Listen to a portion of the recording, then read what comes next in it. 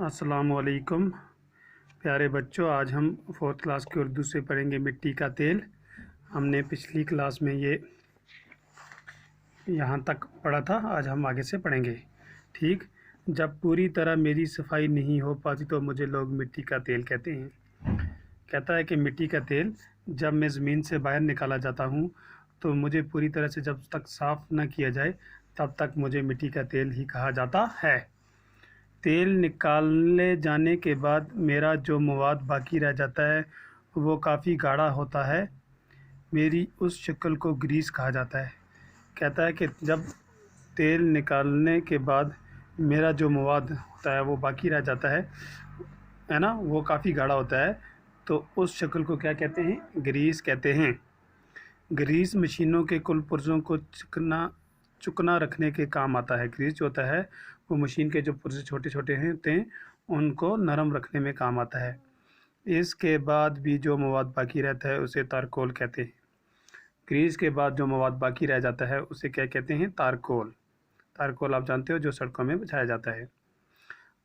आप जिन साफ़ सुथरी और पुख्ता सड़कों पर पैदल चलते हैं या गाड़ियों में सफ़र करते हैं उन पर तारकोल बिछा होता है। कहता है कि आप जिन साफ़ सुथरी और मजबूत सड़कों पर जब पैदल चलते हैं या गाड़ियों में सफ़र करते हैं उन पर जो तारकोल बिछा हुआ होता है। तारकोल को रेत और बजरी के साथ मिलाकर सड़कों की तामीर के काम में लाया जाता है। उस मवाद को जो ग्रीस के बाद बच जाता है उसको जो तारकोल कहलाता है, उसको रेत और बजरी के साथ मिलाकर सड़कों की तामीर के काम में लाया जाता है। यानी कि सड़कों पर जो तारकोल बिछाया जाता है उस तारकोल के साथ क्या मिलाया जाता है? बजरी और रेत वगैरह मिलाकर सड़कों पे डाला जाता है। सड़कों में जो खंडरात होते हैं वो उस तारकोल से क्या हो जाते हैं? ख़त्म हो जाते हैं। शाबाश। उसके बाद है यूं तो मेरे वजूद का कोई भी हिस्सा बेकार नहीं होता। कहता है कि मिट्टी का तेल कहता है कि मेरे वजूद का जो भी हिस्सा होता है वो बेकार नहीं रहता। जो तेल से बचता है उसे ग्रीस में इस्तेमाल किया जाता है। जो ग्रीस से मवाद बचता है उसका तारकोल बनाया जाता है।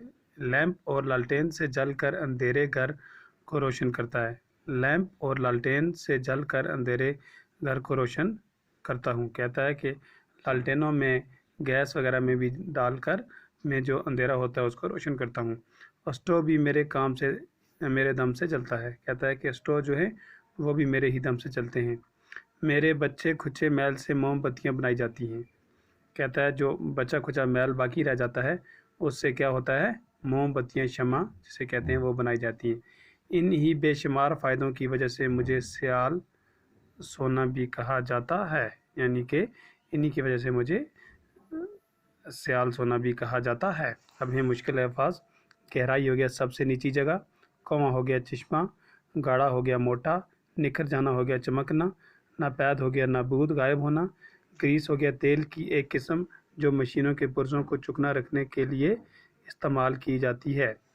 तारकोल कहते हैं तेल की मोटी तह जो सड़कों पर बिछाई जाए। सियाल कहते हैं बहती हुई चीज़। तो ये आज हमने मुकम्मल किया। मैं मिट्टी का तेल हूँ। आप इसको घर में अच्छी तरह से इसका मताला करेंगे और अपनी पेज कापी पे भी लिखेंगे और ये मुश्किल अल्फाज और उनके माना भी याद रखेंगे। कल हम इसके सवाल करेंगे। शुक्रिया।